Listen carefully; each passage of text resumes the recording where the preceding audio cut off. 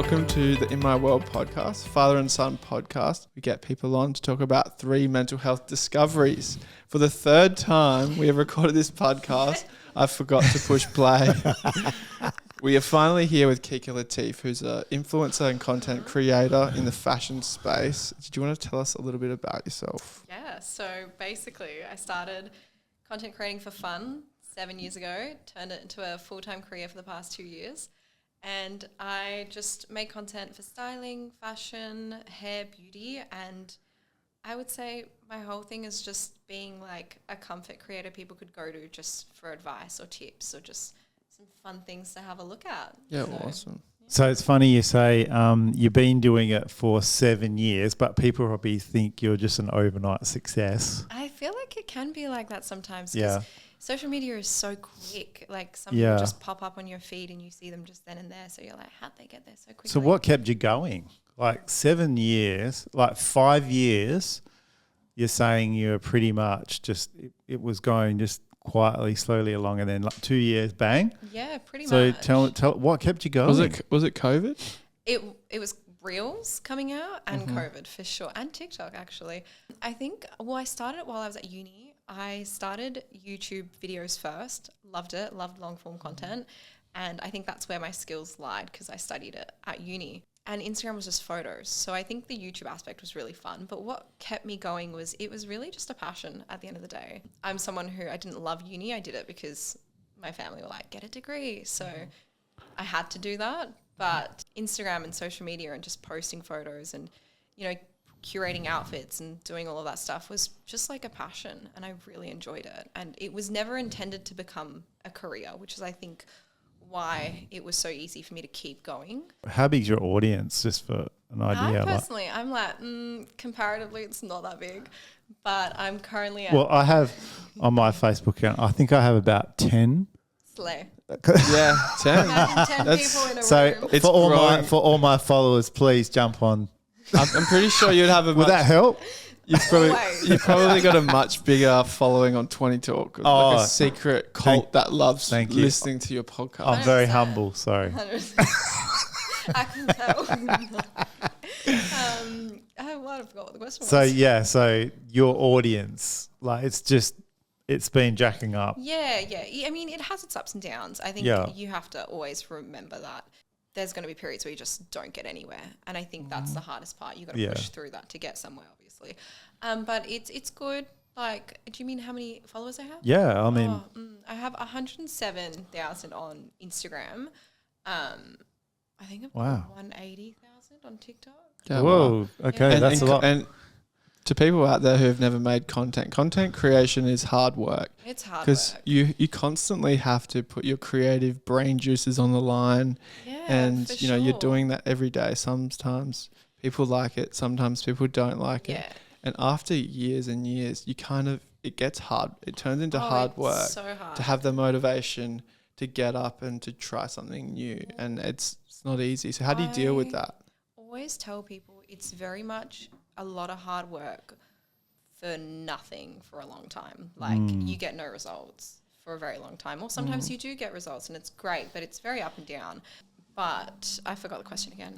We're just working out what kept you going, and you've pretty much answered that question. What's helped you push through over 7 years, which is it being a passion for sure.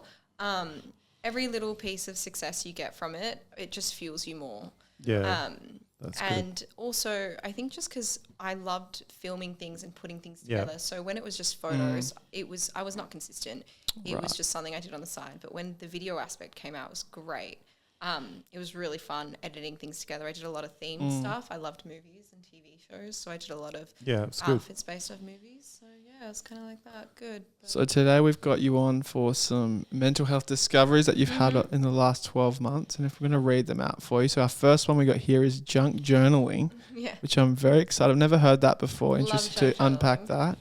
The second one is accountable exercise, and the final one, which is jump into the book, which is Dad's special chapter name that he came up with. Do you let's not say too much more about that. Okay.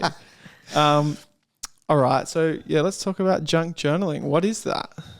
So basically, I love junk journaling because I'm someone who, like, my mind races very quickly. And when I have to sit down, I've got a piece of paper in front of me, I struggle to kind of have the patience to write it down and write down my feelings. And I followed this creator a while ago called Martina Martian on Instagram, and she used to post these, like, really fun pictures of journals with pictures and receipts and photos in them. And it was such a new concept, but later on, I saw my friend who was on holiday doing it while she was away. So, like, one day she'd go out, she'd go shopping, for example, or go get food. And she posted a story of, like, her receipts on a paper and, like, little notes.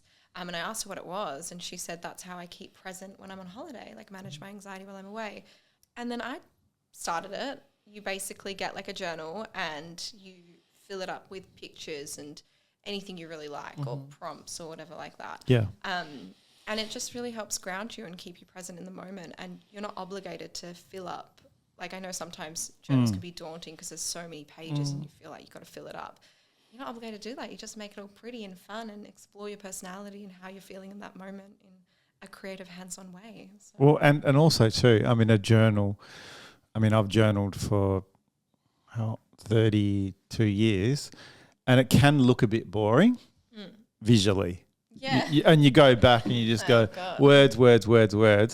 But if if it's a headline or something, you cut something out of a newspaper or whatever and stick it in, it sort of can give you a bit more life back into your creative outlet. Yeah, and it can start to feel quite dry after years of doing it. And I feel like for journaling, it can be really good when you're on a run with it. You can do it for a few weeks or a few months, and you build this really good routine, and then you may just forget about it for 6 months, a year. Yeah, but that's a really cool idea. Oh yeah, and I think it makes it way more attractive. Yeah. And fun. It's creativity, isn't it? It's tapping something. And I think it makes your feelings and your emotions a lot more digestible. Like, some people don't like to reflect or feel quite uncomfortable with that. So when you do it in such a casual manner, it's fun to look back on one day, but it also just makes it a lot easier, I would say. Like, I wouldn't say I'm quite open in writing about my feelings, but doing it that way, it's like you're bouncing ideas off. Is it kind of like art therapy?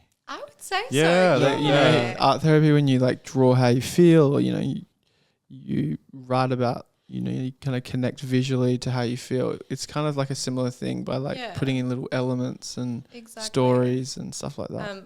Because the other thing is the prompts. So in a broadcast channel, that creator in particular puts out prompts like what your favorite movies are and stuff like that. And I think it opens up a pathway for you to reflect on your personality, which a lot of people can forget to do in such a busy day and age. And how do you find, like, are you good at reflecting on your personal mental health? Is that something you've always been good at doing, or something that's evolved over time? I think it's something that, like, when I feel a particular way, I'm very much like, okay, well, I can't feel like that. I need to move on. Like, it's wasting. It's like a time wasting thing to reflect on my feelings, which is crazy to say out loud.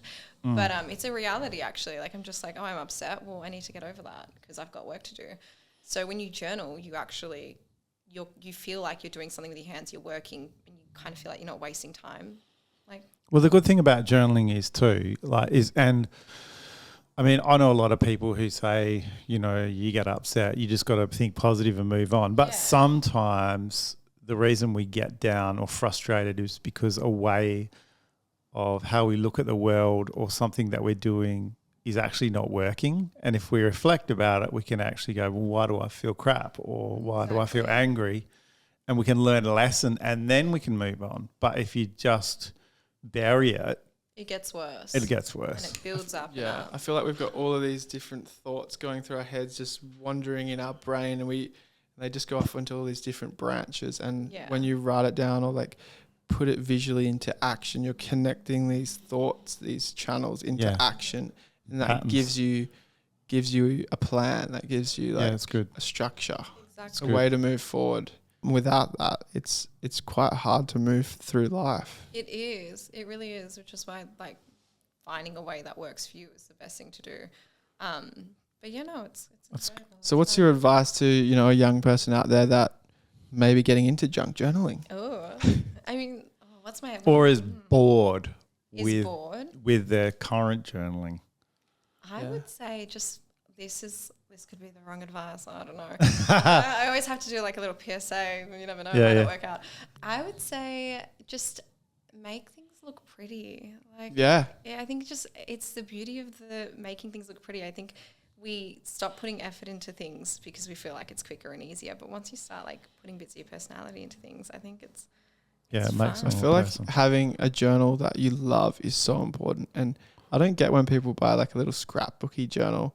It doesn't really connect to me. I like something that feels really nice and that you can make look really, really good because it's a special. Like a physical hard because book. You're really spending a lot of time in a journal and you outlay a lot of your life into it. And I feel like that space needs to look nice. Exactly, for sure. Very good. Don't know, Dad's not connecting to that. Well, I'm just thinking. I was thinking. I buy the same this book. It's